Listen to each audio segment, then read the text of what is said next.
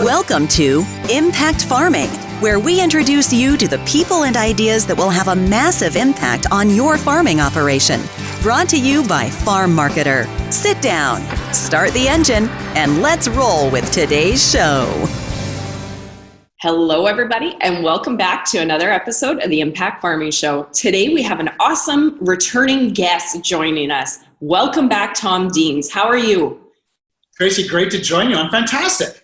Excellent. I am so happy to have you back on the show. And today, we're going to be chatting about your two books, Every Family's Business, and then the sequel, Willing Wisdom. You ready to roll? Ready to rock and roll. We have lots of ground to cover.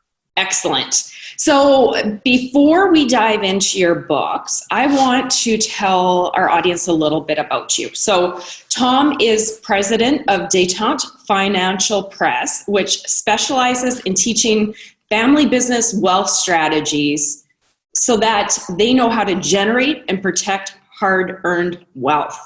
To me, that's a mission and a half right there.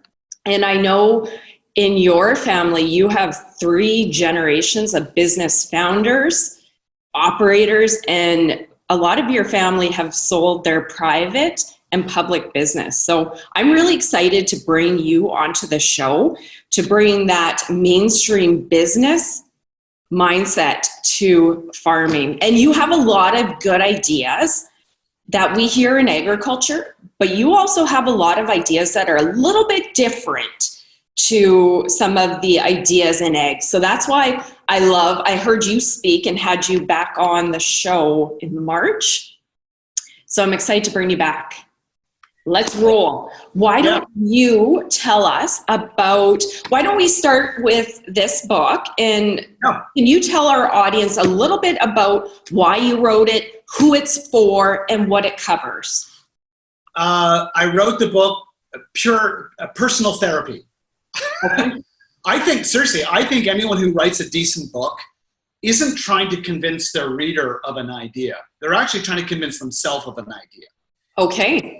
So shortly after running as a second gen, running our family business and then selling it, like days after we had that check in my hand, right? I'm thinking, wow, obviously thrilled. We timed the sale. We had a great negotiation, a great buyer. It went really, really well. But then there was that immediate sense of loss, which is very typical, Tracy. There's a real sense of remorse. Even though that was our idea to sell it, we wanted to sell it. Then it happens, and then there's that, oh my gosh, the legacy is dead, right? Absolutely. Especially in farming, right? My father was a farmer, my grandfather's a farmer, you can imagine if you sell the family farm, there is that deep sense of somehow you let someone down. You failed. You failed as a family. Yep. And I thought, well, hang on a second. As I started to think about my own family, my father, grandfather, great-grandfather, we had always started those businesses, scaled those businesses, and they were always sold. So we'd never actually transitioned to business inside the family. We sold them, and then we transition our cash, like we leave wealth to the next generation. And the next generation then goes off and starts a business that they're passionate about. And we've done that 4 times. Very different businesses. And so I thought, you know what? I am going to write a book and try to convince myself further that decision to sell the family business that we just did was a really good idea. And I think that was the reason why that book has sold 1.3 million copies. Tracy, it is the best-selling family business book of all time because it is completely different. It completely takes the whole subject of family businesses and literally flips it upside down and says, hey, if you sell a family business, you're not a loser. You haven't failed your family. You're not going to be shunned or shamed in your community because you lost the family farm. No, let's flip it upside down and say, you're a genius. You did something that is difficult, emotionally difficult, hard, takes a lot of time, but you just did something that I learned that only 20% of business owners do. And that is they have a sale. they have a successful transaction. The vast majority, 80% of businesses in this country, including farms, 80% fail, liquidate, go bankrupt, or they do nothing and the business owner dies and the business is left to either a surviving partner, or a spouse, or children who then proceed to blow it up. And I'm thinking, hang on here, why don't I write a different book? And that's what Every Family's Business is. And it caught on because I think business owners have been waiting for this message for a long time. I have been experiencing a series of mixed feelings when I heard you speak, and now as you're saying that, and I'm going to say it really quick because I have this eerie feeling of what the audience is thinking. So I'm a business owner times 2. And unfortunately, I'm working on it, but a lot of my identity is wrapped up in my business. And it's my baby and all that stuff. And I heard you speak about that. And I think you addressed that in the fact that, no, it's not your baby. It's a business, right? So that was the one thing. And I'm working on that since I heard you speak, because it is a vehicle for wealth, as you say. Number 2 that I was thinking, there's a lot of farmers that are going to be watching this going, whoa, people don't sell the family farm. And that it's just not something, that idea is not something you do. But how many grandchildren take over the family farm because it's what they know, it's what they do, it's what's expected, might not be what they want to do, and because they're not passionate, they don't want to put the hours in. Doesn't happen all the time, but does that farm go down the drain because it's just not their thing? I know how much passion it takes and how much work to make a business run. I couldn't imagine being a business owner on a business I didn't like. Yeah. So Tracy, the one thing that I really want to emphasize is I believe that every single farm in our great nation should be sold. Now, right? That's the response of most people. But listen very carefully. I want it sold to another farmer, or I want it sold to a family member. This is your other idea that's a little different. Yeah, I love when farms are sold inside the family. Awesome. Do you know what family members buy family farms from their parents or grandparents? Farmers who love farming. Yeah. You know how many people hang around family farms, not because they love farming, are passionate about farming, all the things you listed. They hang around the family farm because they're left with the idea that if they hang around long enough, they'll get it for free. They just have to wait for someone to die. Yes. That's the worst transition. And that is what's in Every Family's Business. That book is reminding business owners all the time, your farm, it's a business. And understand that if you don't transition that business with care and caution, you can not only destroy the thing that you love a lot, that business, but you can destroy the thing that's worth more than your business, and that's your family. You have to be so careful about the way in which it moves. And that's what that book is trying to do. By offering 12 questions in the book, it's trying to start that family conversation, give it some structure and some form. I love it. I got a question for you. What you just said earlier popped something into my mind. Yesterday, I was speaking to another author about shirt sleeves to shirt sleeves. Do you think the way we do stuff and businesses get passed on and the next generation stays, even though it's not their passion, do you think that plays into why shirt sleeves to shirt sleeves happen? Total left field question for you. Oh, absolutely. I mean, it's usually shirt sleeves to shirt sleeves in 3 generations. We know that the real wealth destruction takes place in the 3rd generation. Like studies, we know this, right? So the first generation kind of grows it. The founder is passionate. They have the idea. They make something out of nothing. They build it. Then they give it to the next generation who feels a great obligation to kind of continue the work of their parents. All right. It's an emotional equation. But the third generation, they're so far removed from the original founder's idea. That's really where the big blow-ups happen. And that's really what the book is trying to avoid. It's trying to say, listen, third generation, if you really want to continue this business, you need to buy it. You need to risk your capital. You need to do what the founder did. What do founders do? They leave safe jobs. They use their own savings. They borrow from family because they believe in an idea. And it's crazy, but they do it. And they don't sleep very well for the first 10 years. You and I know, right? Right? We grind it out. There's no plan B. Failing is not an option. Yeah. Not for founders. So they lean into the problems and they solve it and they grow their business against all odds. Third generation's like, they miss that whole early grinding part. They just get it. And they don't have that. They're not equipped to be resourceful and pivot like, we're doing by being virtual today. Like, that's what entrepreneurs do. Reinvent.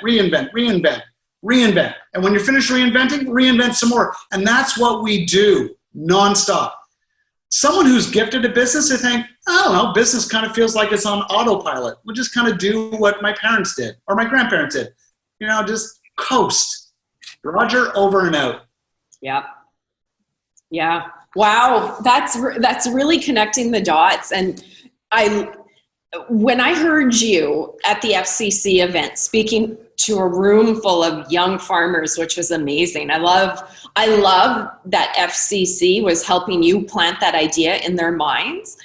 I loved and also disliked it a little bit because, I often find that common sense and truth in reality is sometimes hard to swallow, but I'm all about it. But sometimes too, when somebody like you comes along with these ideas that are different, you need to buy the family farm. You know what? I fully believe in that. Anthony and I, we didn't want to wait around and also put his parents out or put them in a position where they are pressured. So we went and started our own farm. And I have my own media company, and the amount of payments that we have would make the average person puke, curl up in a ball, and not sleep a wink. But you know what? We work to make it a success. Because like you said, failure is not an option. And I love that you're bringing that idea to agriculture. And I'm sure there's going to be many people watching Tracy and Tom going, back off. Don't let my parents see that. But how do you work for something that you have no skin in the game? And that was your point, right? Now that the next gens have heard this part of the speech and they're ready to commit Harry Carey, like they're just thinking, oh my God, I gotta make sure my parents never see this video. Yes. Here's the part that actually brings them back into the conversation. Listen very carefully. I do not like parents giving farms to their kids, but I sure love when parents transition cash to the next generation. Okay. And then ask the kids, hey, do you want to buy the farm? And don't tell me you don't have any cash, because we just gave you some. Do you want to send it right back to us in exchange for shares in the farm? Do you see that subtle? It looks like we're recycling money and looks like a weird extra step, like why not just give them the farm? I'll tell you why. When you give cash to someone, it's an expression of trust and freedom. Cash represents freedom. Yeah. Because the next generation can go off and do what you did, which is buy your own farm, or, I don't know, buy a truck, or go on a holiday. So when we ask the next generation to take something, cash, and return it back to their parents, they're actually investing. They're investing their inheritance in something that they truly believe in. Children will not do that if they don't want a farm.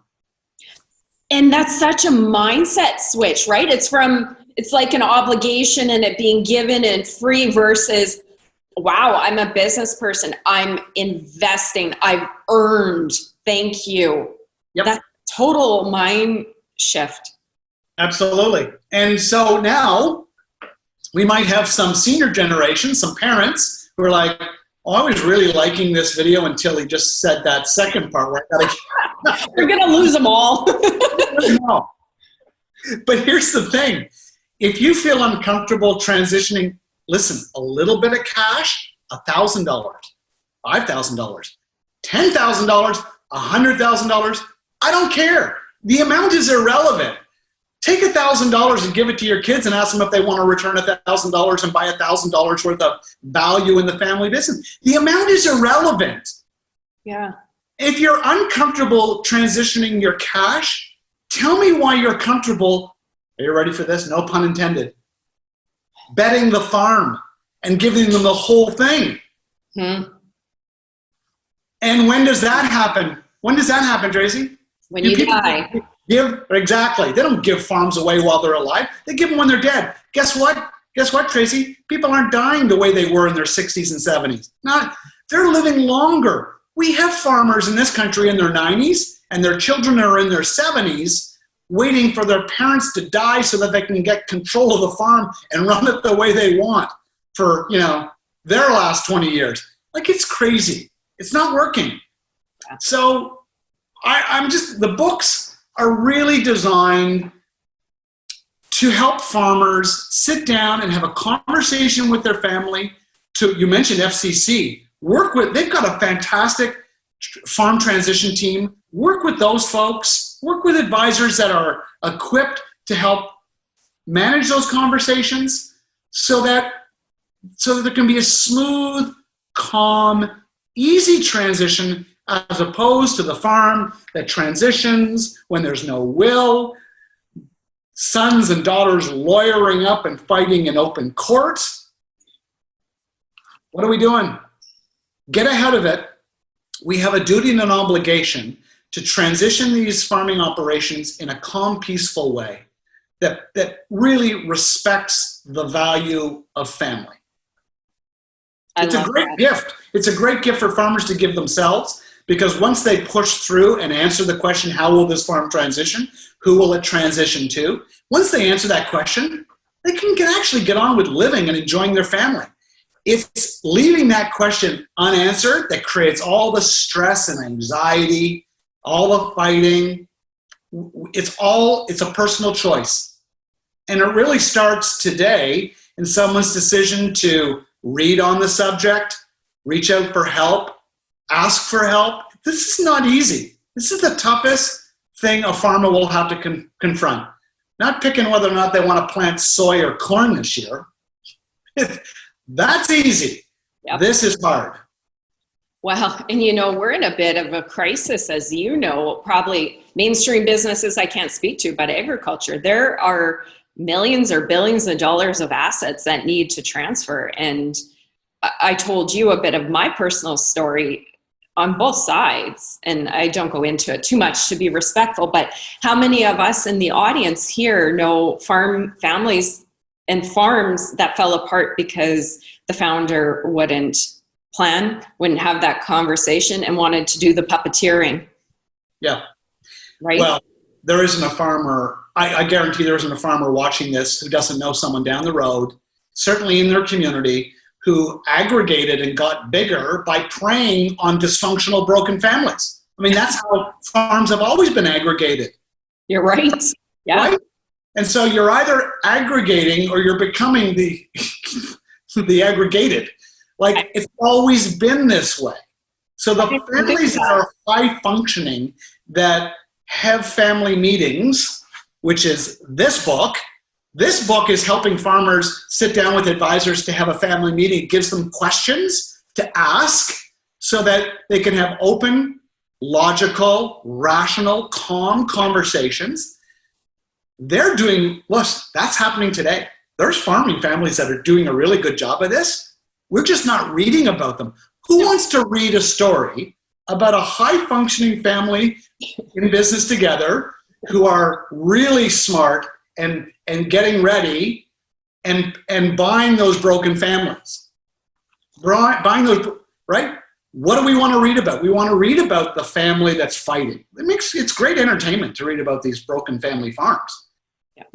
Right? But there are really healthy, smart farmers that are doing a really great job of this. And that is why, I shared my personal mission with the show with you. My main reason for starting this show was based on succession planning and what's happened in the past from our grandparents, great grandparents. Okay, well, maybe they didn't have the information, the emotional intelligence, all of that stuff to do the right thing back then. But for my generation, we're sitting here on the internet, all these amazing books. We have all the resources. We've probably seen this happen over and over in our community. If we don't do a better job, shame on us. Shame on us.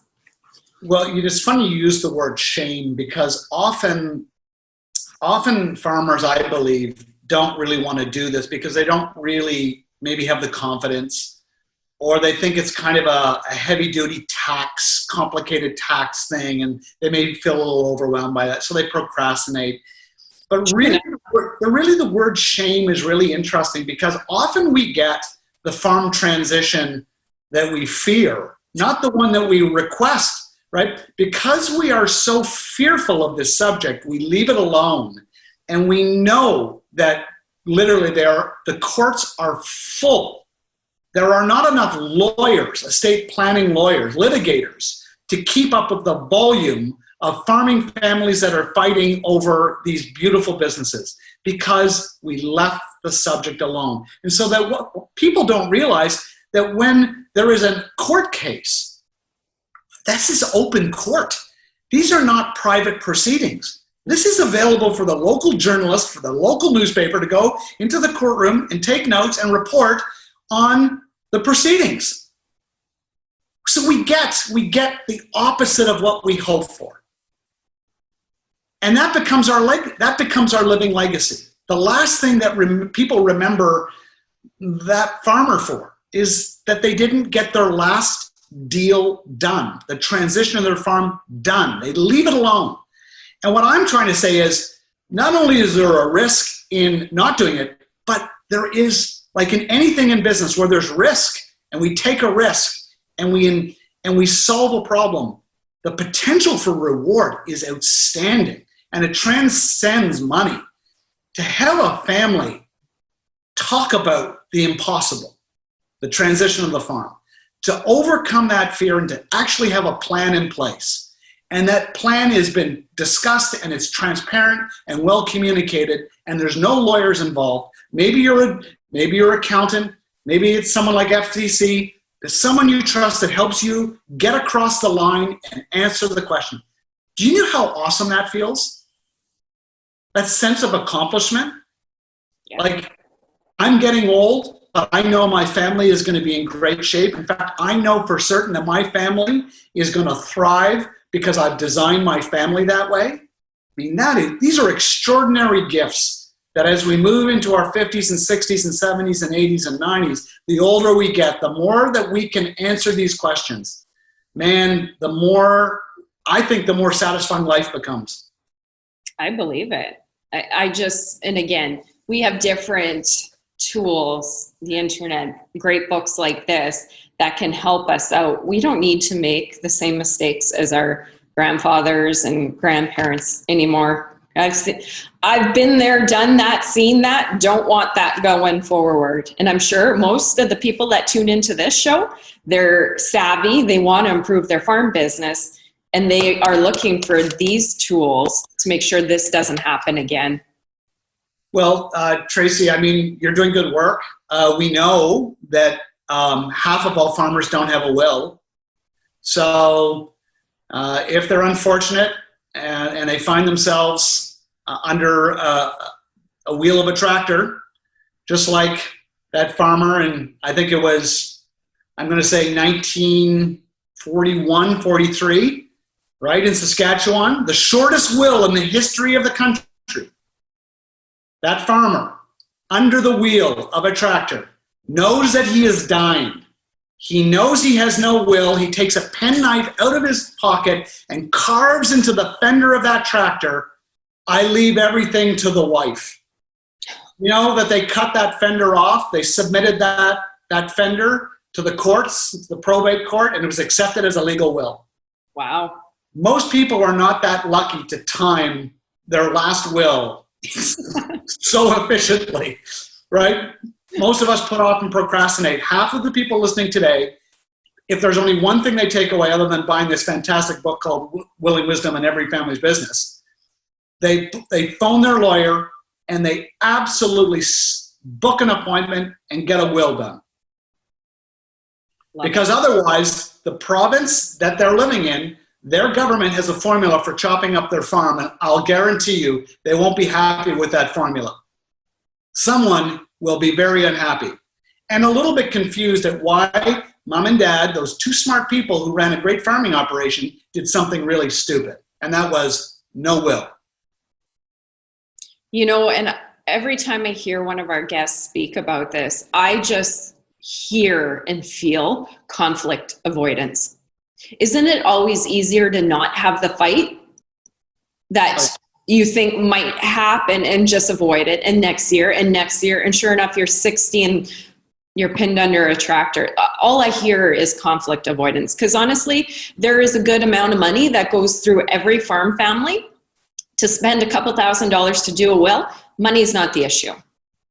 Time, no. Hey, no. We all sleep. Most farmers, non-peak seasons, we get some good sleep unless you're worrying yourself to death. But I'm sure there's an hour or two to email your lawyer and get it all started. So money's not the issue. Time's not the issue. Well, we all know we're going to die, so we should come to terms with that. So what's the issue? Well, are we opening up that can of worms where we got to start talking about how it's divvied up? Let's avoid that. Yeah, let's just kick that can down the road. Yeah, nobody wants to talk about that. But you know what?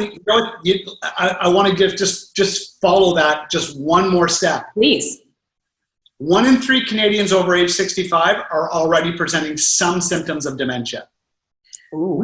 We think estate planning is just answering the question, who gets my farm when I'm not here? Oh, no.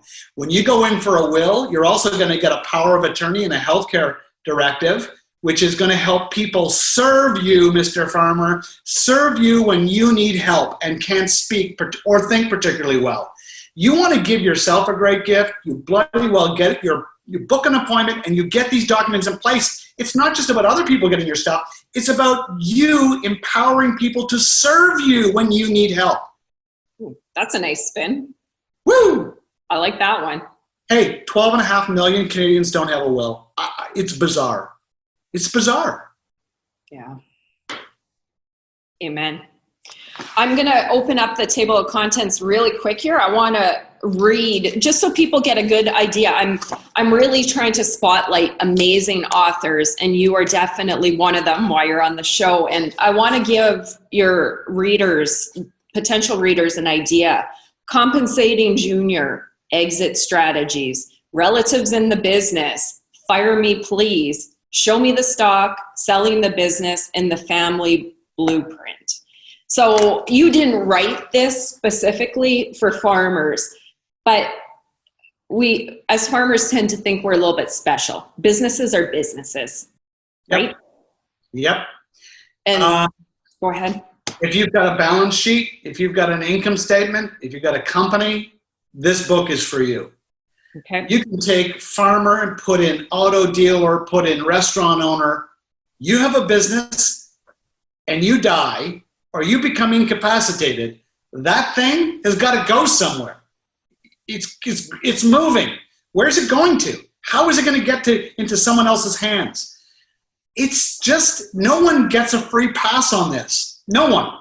It's part of being a business owner, is answering that question. And when you do, here's the rub. I actually think that when you answer the question, how are you going to transition it, to whom and when and at what price, you will actually run a more efficient business today. You'll run a completely different business because you're not in the legacy business. You're in the business of making your business more valuable. You're making it more valuable, and you'll know what people are paying for. You'll just run a completely different business. It's exciting. It shouldn't be about aging and dying and being forgotten and sad and dark. It's about running a better business today. That's what succession planning is. Yeah. And I have a foot or leg on each side of the fence, whatever you want to call it. I have agriculture businesses and mainstream. And the weird part, and maybe different areas and different values of farm think about it a little bit different, but I think as farmers, we tend to take our wealth for granted. It's just land. It's just cattle. And we don't think of the true wealth that we have. And the wealth, the net worth of most of the farms, North America, worldwide, is phenomenal. When typically, and you'll know these numbers better than me, but a mainstream non-agriculture business, I can't remember the number, but a lot of them don't even reach 500,000. There's only a select few that reach an income level of 500,000, like 10% or something. It's just tiny. Yeah. But look at pretty much every sizable farm. If you're not a hobby farm, your income's going to be upwards of 300, 500, a million, some of these big dairy operations, but yet we treat it as a farm. Yeah, just a farm. It's just a farm. And there's so much wealth there and so much that could be done better to save the family, right? Absolutely. But at the end of the day, a business is really just people. And the most successful businesses are full of businesses with passionate people who are creative, who have ideas, who want to drive change, who don't want to keep the business exactly the same, right? That's how businesses die. Businesses improve because they embrace technology and new ways of doing things, innovation, and that takes energy and creativity and drive, precisely the things that we lose as we age. Yep. Absolutely. I'm totally different than I was 10 years ago already. My goodness, the young ones have a lot to bring to the conversation, right? Yeah. I mean, I'm not exempting myself from this process. Before we went on air, we talked about, I'm a full-time professional speaker. I did over 100 live events. Guess how many I'm doing now? Zippo. I could have kind of felt sorry for myself. I had to spend a lot of time getting used to this new modality and getting used to the presentation and developing an in-studio lighting and get my mind around that it's not coming back anytime soon. So no one is exempt. No one from this never-ending change that visits businesses. But it takes energy and commitment and passion.